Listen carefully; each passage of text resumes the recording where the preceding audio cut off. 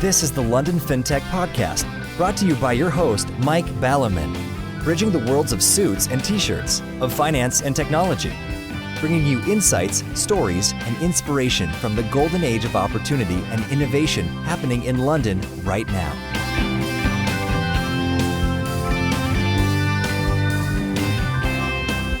Hi, this is Mike Ballerman, and this is London FinTech Podcast, episode 105, brought to you in association with Blue Motor Finance, Capital.com and Smart Pension.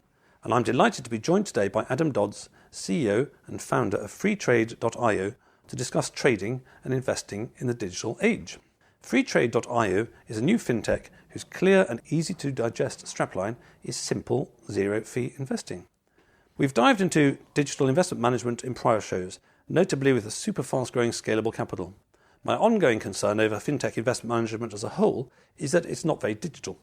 Sure, there's a nice digital journey, footprint, etc., but it tends to be simply the appization of the standard investment management business model at not very digital fees.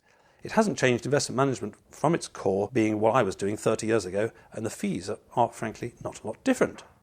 One key word in FS disruption is disintermediation. I've heard it a lot. The Eurobond markets, for example, which started in the 1960s, were said to disintermediate banks. More precisely, and how often do we get clarity if we step round a word we're trying to understand? What the Eurobond markets meant was that borrower-investor could connect without a bank in the middle. Sounds familiar, eh? So, disintermediating is this. The problem is that, of course, banks are very much in the middle, just another department of the same bank, albeit perhaps the spread between, as it were, interest rates, but its fees, but never mind, between borrower and lender is narrowed due to a cheaper process. And of course, we saw the same claim about P2P, as we saw about the Eurobond markets. That is, by, quotes, taking out less in the middle, unquotes, FS as a new, cheaper, superior mechanism. This mechanism, of course, requires a new intermediator, so disintermediation is more like a change of intermediator. And of course, as we covered a couple of episodes back with Christian Fays of Lendinvest, P2P has not lived up to the wildly stellar hopes of the true believers. Banks, as always, continue to get bigger. How does this relate to trading and investing? Well, there never is any real disintermediation. There would only be if you, for example, could walk into a BP garage and buy newly issued equity from the bloke behind the cash till. Rather, the important phenomena are whether the new process is cheaper, whether the new process is profitable and scales well for the business, and only then if the new company with that process outcompetes the old. So with this model, and using the disintermediation word here, having established a more sophisticated grounding in it, the disintermediation with digital trading would be to cut out the investment manager altogether, for you just to be able to buy shares yourself. Of course, people have been doing this for a long time, back to the start of shares with the East India Company in 1600.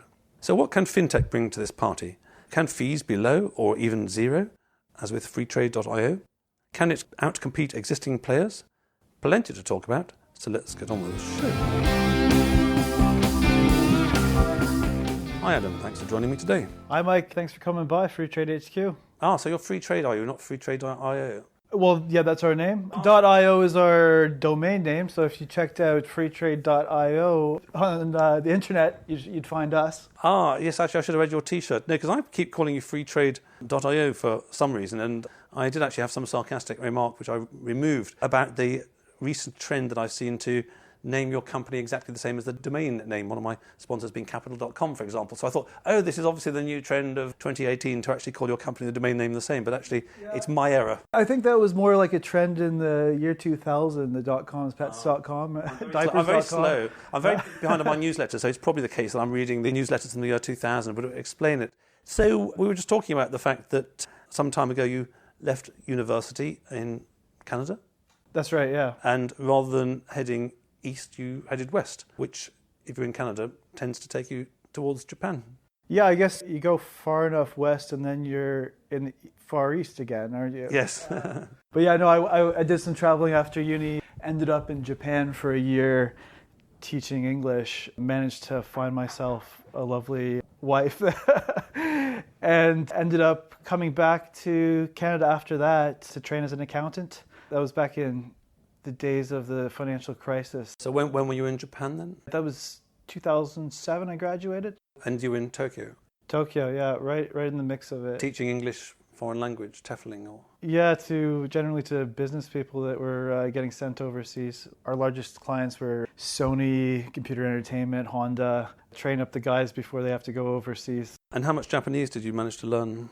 I can order beer in an izakaya. Mo ippon onegaishimasu. Another one, please. The Japanese have this strange and interesting way of numbering things by their shape.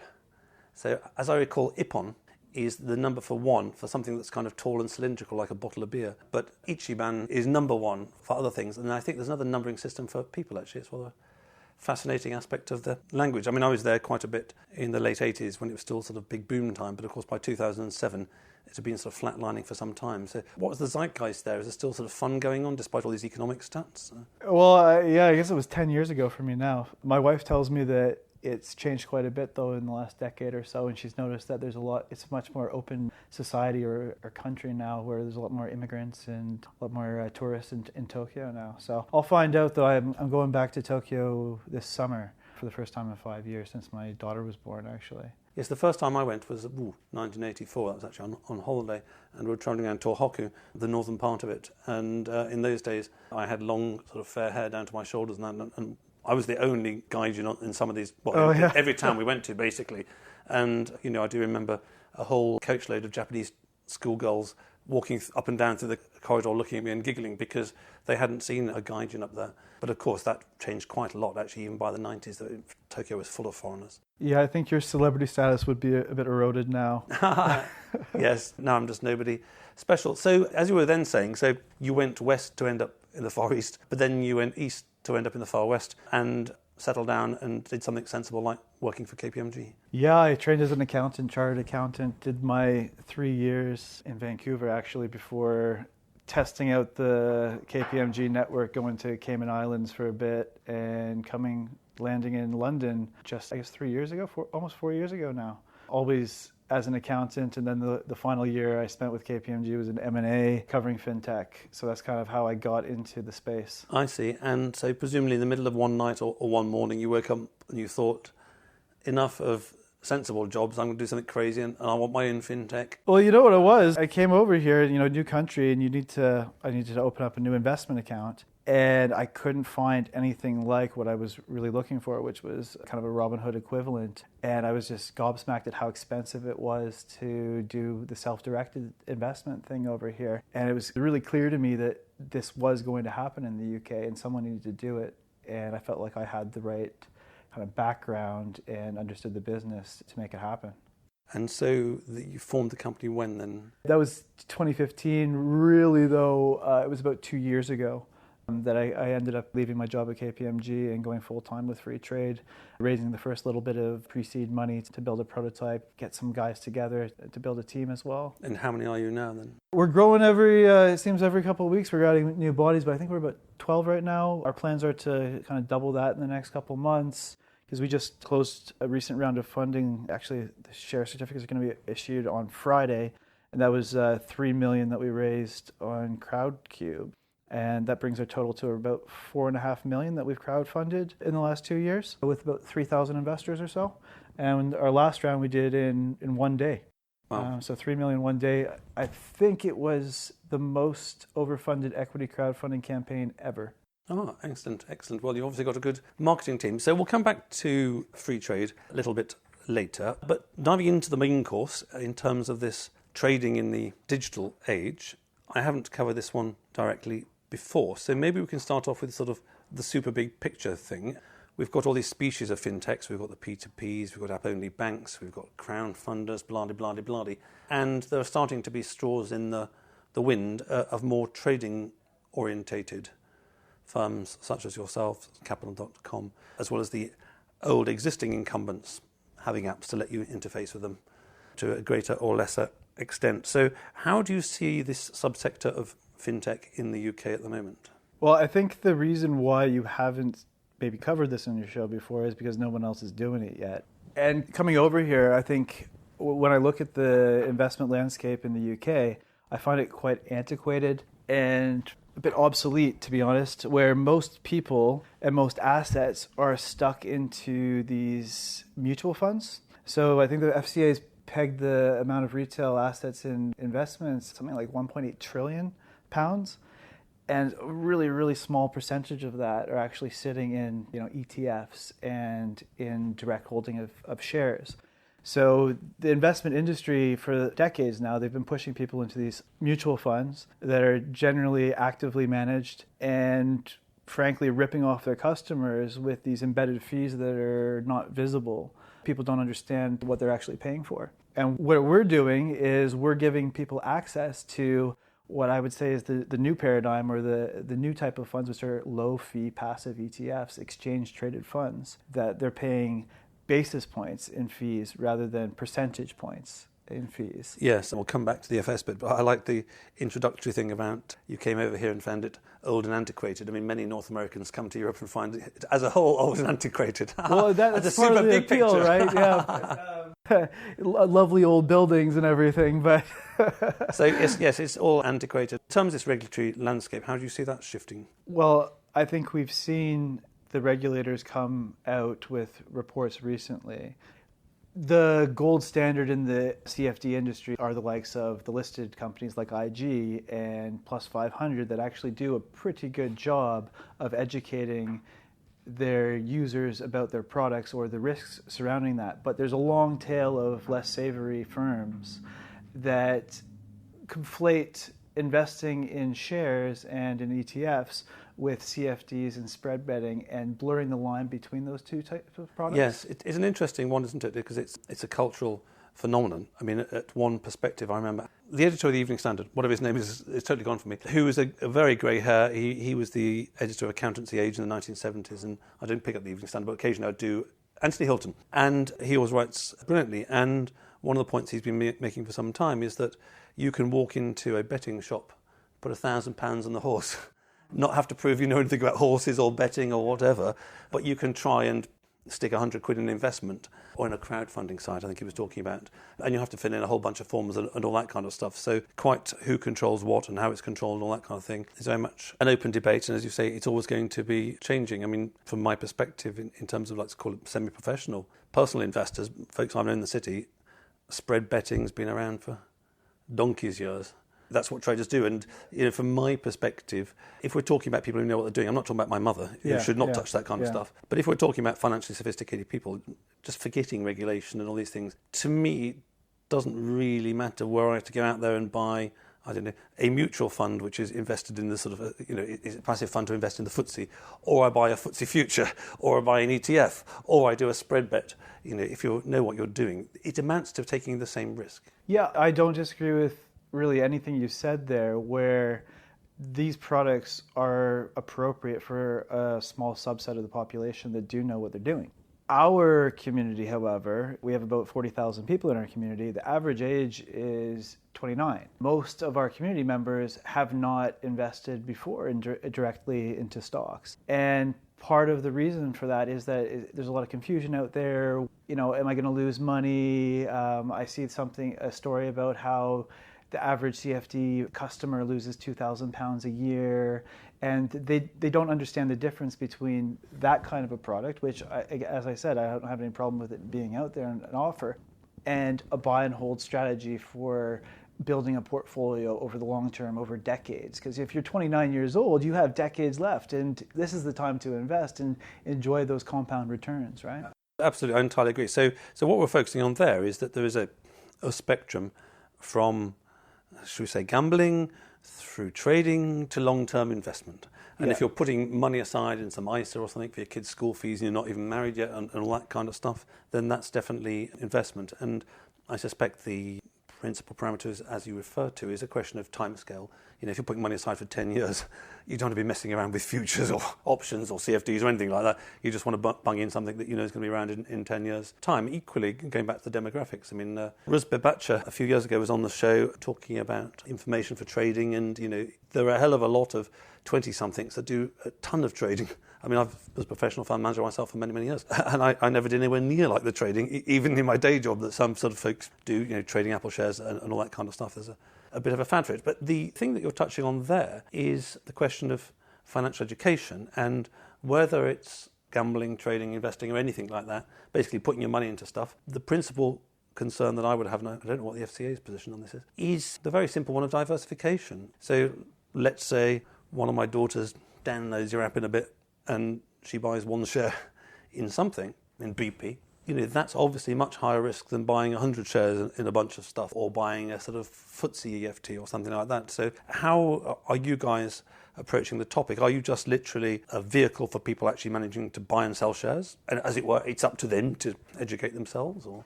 Yeah, that's exactly what we are. We're an execution-only stockbroker. We do not provide advice. We're not regulated to provide advice. Over time, though, we would like to add features that add value for our users to help discover new investment opportunities, to help understand how diversified their portfolios are, both geographically, through different asset classes and whatnot.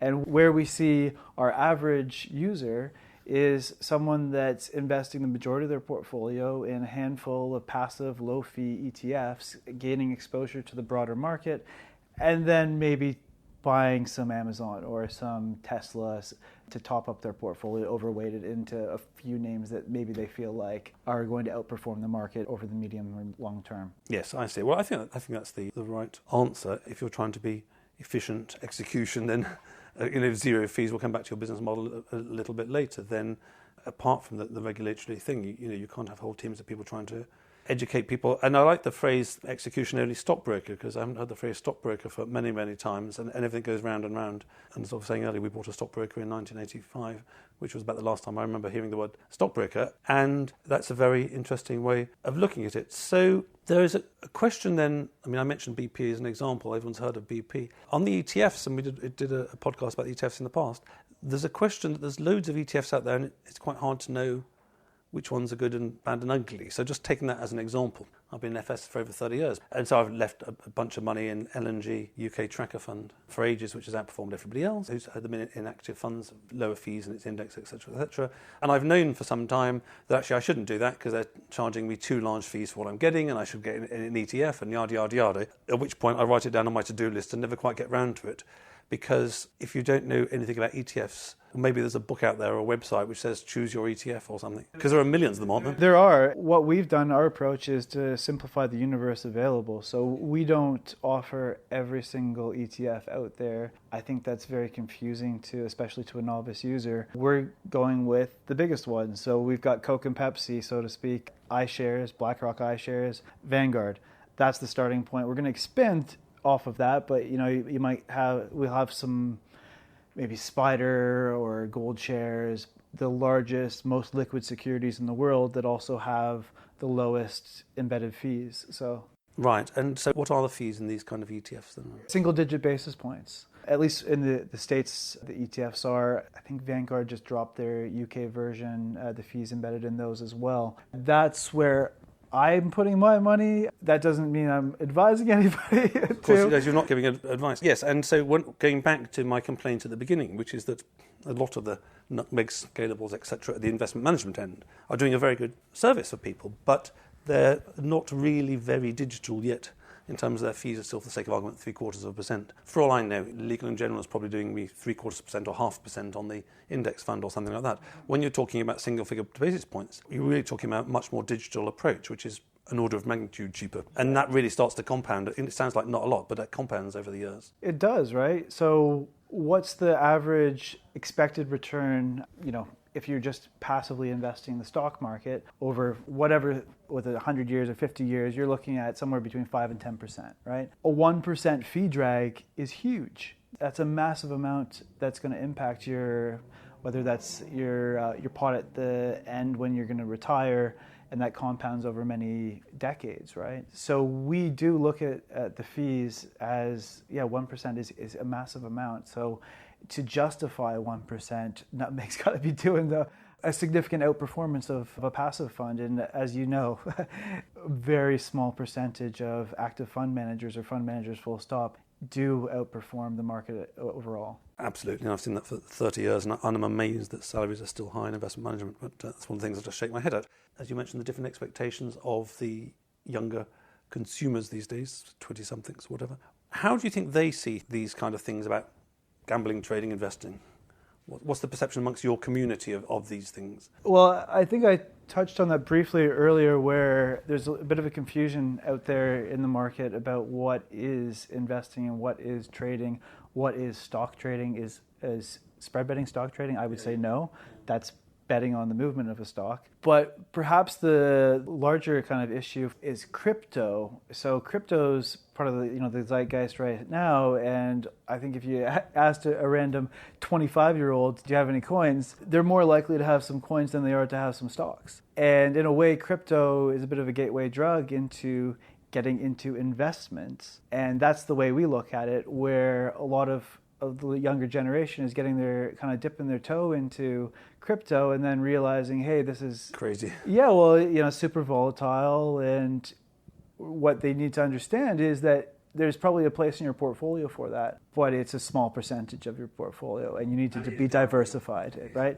It is gambling. Well, it's speculation, yeah, it is speculation for sure. So I see. I hadn't come across that one before about crypto being sort of the gateway drug for getting into sort of more sensible investments. Back in the day, going back to being a stockbroker, with the whole privatisation thing starting in the 80s with BT, there was a huge push from the then Conservative government under Margaret Thatcher to widen share ownership, to give people a direct stake in capitalism by holding capital themselves. And there was a very wide holding. A large number of people increased enormously who actually held shares. And then it contracted quite a lot as well. People took their profits and just sold them, and then they ended up in mutual funds and all that kind of stuff. So do you have any knowledge around whether investing over time is coming back into fashion, or stock holding, in individual stock holdings, or as a cultural phenomenon? Because it seems to be, it was pushed as a big thing in the 80s. It really increased, but then it's kind of waned. Is it coming back to this crypto thing and that? I think it absolutely is. And I think that the mindset of the millennial consumer is quite different than maybe previous generations, where, especially in other European countries as well, where I think maybe the boomers just assume that the government's going to take care of them, that they can count on their pensions. I don't think that there's the same trust in government and that we're going to all be all right financially. So people realize that they need to take care of themselves and start investing for their future. And I think millennials are a lot more thoughtful about that than the media gives them credit for. We've experienced that certainly in our community. I mean, it's slightly off topic, but how have you managed to acquire so many people in your community? I think there's just this incredible latent demand for what we're doing. And our initial crowdfunding campaign was like 2 years ago. Right. And we didn't have a community before that. We had 170 investors participate in that, and that was the seed that has grown now into 40,000. And people are telling other people about Freetrade, and they're referring their friends to sign up to our waitlist to get first access to this product that they've been wanting for a long time. Because if you're someone like myself, where I used to work at KPMG, a relatively well-paid job, professional job in the city, I still only had a few £100 at the end of the month that I could potentially put into my investment account. When you're faced with a £12 commission from Hargreaves Lansdowne or from Barclays or wherever, that is a huge percentage of what you want to invest. And if you want to diversify those few £100 into multiple holdings, you're stuck. You really need to go and save multiple months just to invest in 3 ETFs, which is insane. Absolutely. You remind me of the Woody Allen joke about a stockbroker is a man who invests your money until it's gone. But you're the new generation of free execution-only stockbrokers, which should avoid that problem. Okay, so that's the kind of background to it all, and I can see how all these things come to a confluence. And one of the reasons that I was very interested in speaking to you guys, even though you're not exactly up and running at the moment, is that I think it's absolutely something that the market's been crying out for some time. If it's made simple and easy in a digital fashion and it does spread, then one day everyone should do this. There is no need to go to a legal and general and pay for me to pay a bunch of fees when all I want is some passive investments that sort of sit around for half of forever. So getting into actually this whole thing about execution-only stockbroking, I think it's probably the better phrase, because the trading and investing, I mean, once you've got an ETF and you buy one thing, well, actually that's quite like an investment if you sit on it for ages. If you buy and sell it 15 times a day, that's like trading. So You're actually just a conduit for people to buy and sell shares. So you'll tell us about when you're getting live. I saw something the other day saying that you'd actually done an end-to-end trade yourself. So it didn't disappear down a hole in the middle, which is good. So it's working, going to be released. So let's say your app is out now, though, and I click on it and I put £10 into BP. What actually happens behind the scenes? I mean, going back to it's taking you guys 2 years here, there must be a lot of stuff to connect together. What actually happens to the money and the shares and all that kind of stuff? How does it actually work?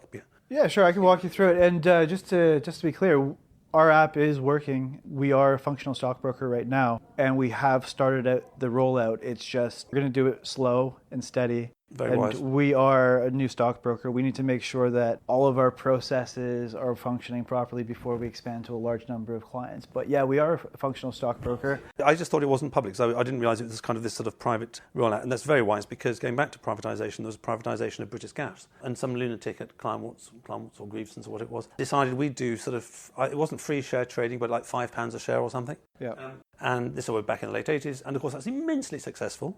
It was so successful, the back office just got deluged in a ton of paper because it was paper this says. And it was an utter nightmare. It was the biggest cock-up that I've ever seen in equities ever. So the last thing you want is suddenly going out there and having 1 billion people trading on your app and your computer overheating and all that kind of thing. So absolutely incremental approach. Anyway, so schematically then behind the scenes, so let's say I'm one of your early users and I press a button and somehow transfer £10 to you and I want a BP share. Yeah, so the first step is to onboard as a client. Have various regulatory requirements there, AML procedures, anti-money laundering for those that don't know the jargon. But let's assume that we've onboarded you and you have an account with Freetrade. First thing, you need to fund it. Pretty simple procedure. You go into your banking app and send a faster payments to our bank account, and that's a segregated client money account held with Lloyds, and that's ring-fenced. So if Freetrade blew up tomorrow, my money will be with Lloyds and I can ask Lloyds for my money back. Exactly. And there's very strict regulations surrounding that from the FCA that we have to adhere to. We get audited by PwC to make sure that we are doing it properly, etc.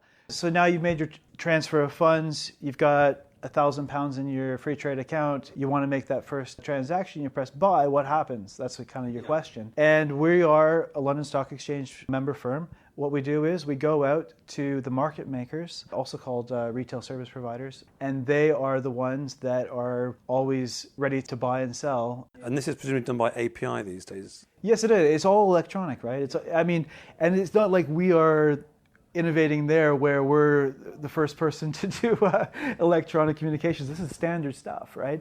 So we go out, we find the best price for you in the market at that time when you press buy, assuming that you're paying the £1 for an instant trade. We haven't mentioned that, but let's just look at the side bit. So it's a freemium model that you've got, which is that, as I understand, I can do my £1 or £1,000 trade. I can put it in and I pay no commission at all, and you execute that at the end of the day. Mm-hmm. Or I can pay £1 a trade and you execute it straight away. That's it.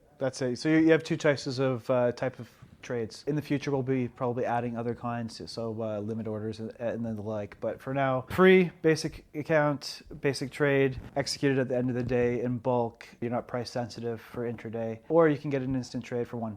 Right. So I've got my app and it's on my phone. Type in BP or something and I press buy. And so going back to how these computer things work, so the phone then contacts what, your server or something? Or? Yeah, exactly. It plugs into our proprietary platform and we plug into the plumbing of the London Stock Exchange. And we go and find you the best price. There's 35 market makers that we can connect to. And we agree a deal with them, and that's called execution. And it's best execution, presumably, because the computer's checking Absolutely. the price. We have regulatory requirements surrounding best execution. We don't make any money off of this. We're not selling deal flow. We're not doing any of that kind of stuff. We're just going out there as an agent for a client to get the best price available at the time for their size of order. Okay, so you're connected into the stock exchange because you remember my phone's contacted your computer, your platform, and then your platform plumbs into that, and platform has a chat, and then it buys me BP shares at £3.47 or whatever. Okay, so that's the orders executed. Then what happens about settlement then? Yeah, so this is the one part that most people don't understand about kind of the trade life cycle. And when you execute something, that doesn't mean all of a sudden everything's done. There's T+2 system here in the UK, it used to be T+3. And T+2, what that really means is trade plus 2 days. So 2 days later, we exchange cash for securities or vice versa. And we do that through the UK and Ireland single settlement engine called CREST. It's owned by Euroclear. It's the central depository where all securities and bonds, not all bonds, but basically all securities and bonds or equities and bonds are held in digital form. And it's just a matter of a book entry in this master database to say that it moves from wherever, Peel Hunt to Freetrade Limited, and that's really all there is to it. And so you hold my share as Freetrade then? We do. We hold it in a nominee, Freetrade Nominees Limited. That's the standard way that stockbrokers hold the securities for their clients. And we do that again to make sure that it's ring-fenced and it's clear that these are client securities and not property of Freetrade Limited. Yes, I'm old enough to remember when your share would turn up in the post in an envelope. It's funny because I'm a Hargreaves Lansdowne customer, and I still get every quarter, I get something in the mail asking if I want to place orders through the mail. Yeah. Well, the share certificate came in, and also transferring shares. There's a bit of tear off at the bottom, so you write it in, you send that off in the post. And everything would move around. Okay, so that's nice and clear, and you've explained it very simply and schematically.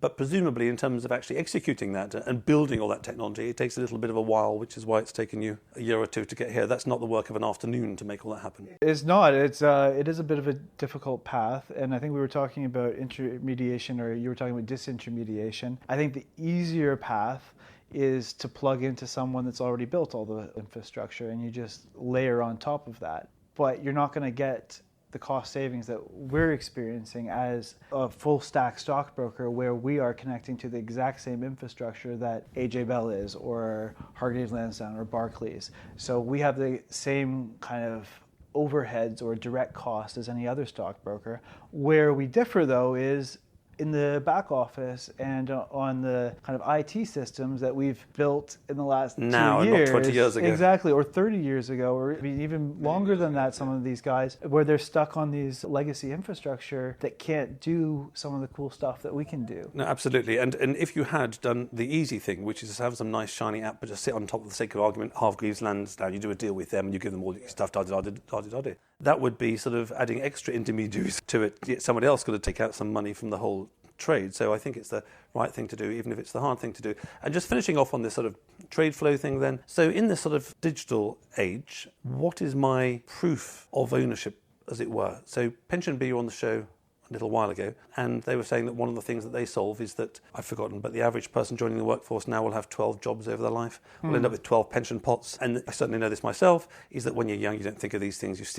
In old money, you just got a piece of paper, you stuck it in some folder somewhere, and then actually I suddenly realised that I haven't heard from my pension, Climate's pension fund, for over 10 years. I thought, shit, where's that? So I'll try and find a piece of paper, find it, and dardy. So I've got that piece of paper. But one of the things the Pension B does in the modern age is keep track of all that kind of stuff. So how do I, in this modern world, keep track of all my shares? Well, through the app. And we try and do it in a way that's very easy to understand and is intuitive, and that is just as user-friendly as the best apps you have on your phone. But ultimately, it's just presenting the same data in a different way. We do still have, regulatory requirements to present data in a certain way. So while we may present it in the first instance in an abbreviated format, you can always drill down and get your contract note and get every single detail that you would ever want. You're still going to get your quarterly statement with every detail that you could ever want. So you get a quarterly statement on the app or through the post, or you print it off? Or digital only. We don't have any printers or anything like that. Yes, no, it's just the from a longer timescale perspective. If we're in 20 years' time, I hope Freetrade has taken over the whole UK and you're massively successful as you deserve to. But maybe it doesn't exist in 20 years' time. Maybe Monzo doesn't exist. Maybe Pension B doesn't exist in 20 years' time. And as I say, having had this thing recently where I'm still on an old paper system with this, at least I've got a piece of paper in a file. And I move house several times and all these life events happen. And I've got some piece of string. Whereas in the pension world, we're not talking about pension, but in the pension world, you do come across pensions where people have just lost track of it and can't find a way of accessing it. It's really a question of that, even in this digital world, an individual is wise to have I personally think, wise to have some kind of, as it were, backup system that doesn't rely on the Monzo app or something like that. Well, yeah, you can have your own digital backup of this stuff, and if you really want to, you can print it off. Yeah. But the technical term is called a durable medium, and that's the requirement from the FCA. And that doesn't mean it has to be paper. But if you have a PDF, personally, I have all my bank statements in PDF format, and that's in the cloud. And I feel like that's actually a better way of because your house can burn down, my folder of pensions can burn down. I've got nothing then. Exactly. Okay, well that's actually an interesting topic, but time is going on. I'll have to find an expert in that sometime to talk about, which is that in a purely digital world, over the longer time scale, technologies change and all that kind of stuff. I mean, I've got some cassette tapes at home. They're unplayable now. I've got some VHS, so yada, yada, yada. And words like cloud seem sort of still relatively sexy in the modern world. But, by the time you're a great-grandfather, your great-grandchildren are going, oh, great-granddad, who's still talking about the cloud? Okay, cool. Because when we look ahead at what do we see as impacting technology in the sector going forward, there's a huge buzzword right now, blockchain, blockchain, blockchain. But in our vertical in fintech, it's actually very applicable, and there are a lot of banks out there. There's the R3 project, there's the digital settlement coin. And the application of blockchain in our space, I think we will see in the next 5 years, because we touched on that antiquated settlement cycle, the T+2. There's no reason why in today's digital age that we couldn't have instantaneous settlement. And I think blockchain will enable that, and we will see that in the coming years. I think in Australia they've already started that project because they're fully integrated, vertically integrated. The exchange and the central securities depository, everything's kind of owned by the ASX. So it's kind of like the easiest test case. It's an interesting question. We don't have time to go into it now, and I would like to go into it sometime when I find people whose sort of day job that is. I mean, what particularly annoys me, and the listeners will know, is that there's so much focus on blockchain, which is a type of computer technology, but actually just, as you referred to with Australians, what matters far more to me is the institutional infrastructure. So, for example, let's say my house burns down, I have no record that I own my car. However, the DVLA, the government body for that, will have a record. So in principle, I can go and knock on their front door, or I can call them up, and there will be a record which persists that I own the car. The same way with my house. If my house burns down, I mean, I don't actually know how I prove I own the house, actually, off the top of my head, but let's hope it's at the land registry, and not all property is in this country. There's a huge amount of property isn't covered in land registry, but it is. And in the same way, going back to the institutional framework, forgetting the sort of computery stuff, it would be perfectly conceivable, and might even be a good idea, if, for the sake of argument, the London Stock Exchange kept a record in whatever computery way it wants. So then, whatever happened to the outside world, if DVDs went out of fashion, if clouds blew up, if people's houses burned down, there'd be some persistent record assigned somewhere. And I think that's still a question that we're in this period of transition, and we're just each time updating the technology, but we're still embodying prior concepts. So the prior concept that's still embodied in terms of the model that you're talking about is that, as it were, there's a notionally physical piece of paper that shows Mike Ballerman owns these shares in BP. It's no longer a physical piece of paper, but actually it is something, in a nominee company, but that's basically the same idea. And there are lots of those nominee companies spread around. But again, there's no reason that one can't then move on from that, because now the stock exchange can, in principle, every stock exchange can in principle have a computer big enough to remember who owns everything. Yeah. And then you've got to what the land registry developed as, and the DVLA with cars and all this kind of stuff. But anyway, we're not there yet. So before we talk a little bit more about Freetrade and your rollout and what you're after and which listeners should check you out, I'd like to thank all the listeners out there, and I'd like to thank my brand partners of the podcast, Blue Motor Finance, who are, according to the 2018 FT1000, the fastest growing FS business in Europe. Blue's award-winning technology has supported over $1 billion of lending, working with over 3,700 UK motor retailers.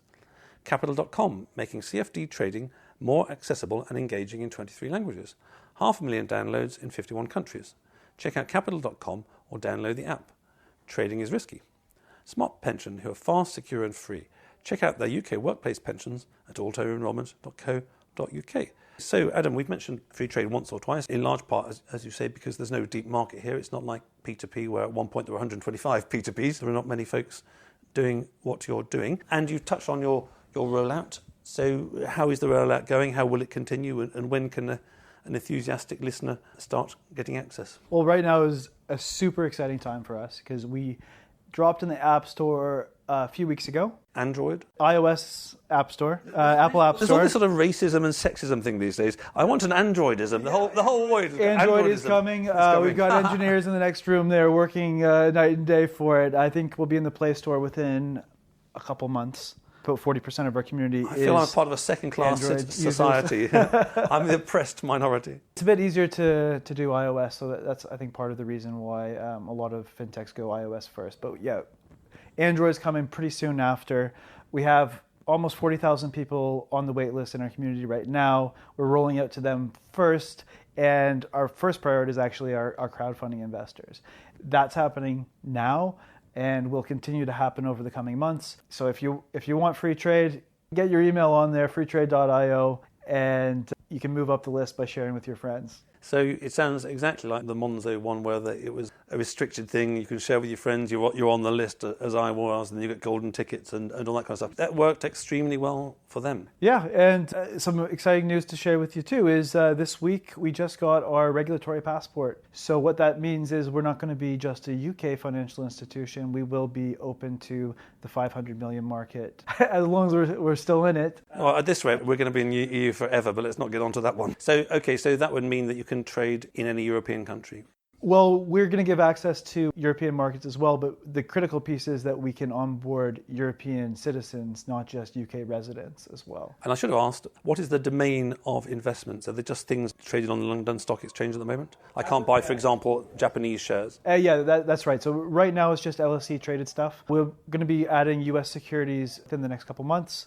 And from there, we're going to roll out pan-European and we're looking at Hong Kong as the next market that we might add. So no wonder you need all these millions and these ever-growing staff, because there's quite a lot of work to be done in all that. There certainly is, and there's a whole load of features that we want to be building that we're prioritizing with our community's feedback, and that's what we're going to spend the $3 million on, building out our engineering team, and also a world-class customer service team as well. So you'll be able to access our guys and ladies through the app, in-app chat, and you're not going to be there alone if you don't know how to use it.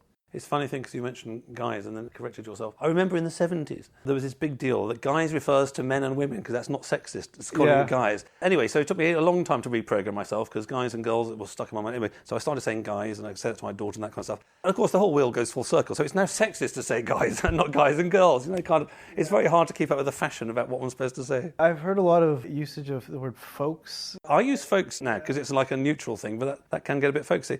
Excellent. Well, thank you for that, Adam. It's very interesting. It's a rare day that I come across a new subsector of fintech, and one that is truly digital. And I think you are truly digital.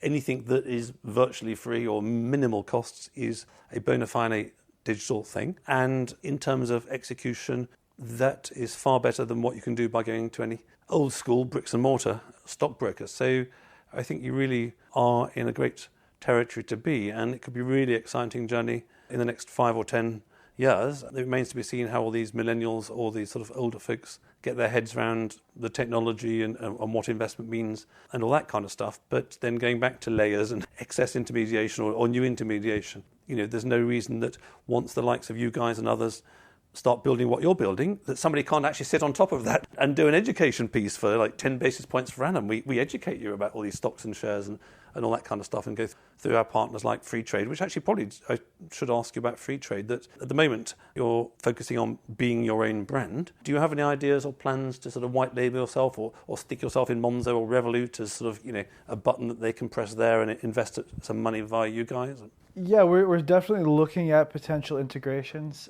It's not our priority right now, but yeah, we'd love to be able to, let's say you're using Monzo and you can put some money in your Freetrade account through the app very painlessly through API integrations. We're also considering opening up our API to other fintech firms to build on top of. Probably not till 2019 though, so lots of space. Good. Well, as I say, I've lived through a situation where the back office was an utter crisis. This is when there was pieces of paper for a long time, and it was a nightmare, and there's nothing you can possibly do worse than to have something which is really appealing to people and open it to everybody in one go. So it really makes sense to do that. But I wish you every success in the future, because as I can say, next year, the year after, I can see that with building blocks like the business that you're building now, that can be a really useful component of something which takes you and something else and build some interesting things around it. So thank you for that, Adam, and I wish you every success in the future. Thanks, Mike. It's been great talking to you. Thanks for listening. If you have consulting, advisory/non-exec, or media needs in the FS or fintech space, get in touch with me at mike@londonfintechpodcast.com.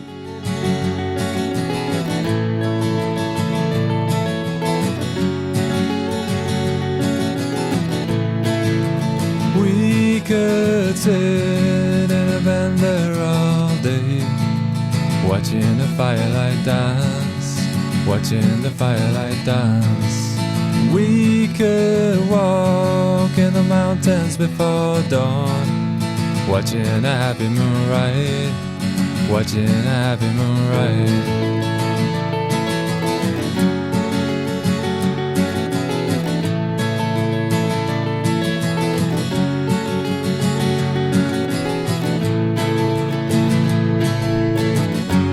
Come away from the city, with the tarmac so dead and the people so sad. Come away from the city, with the faces so grey, with the pain of the everyday.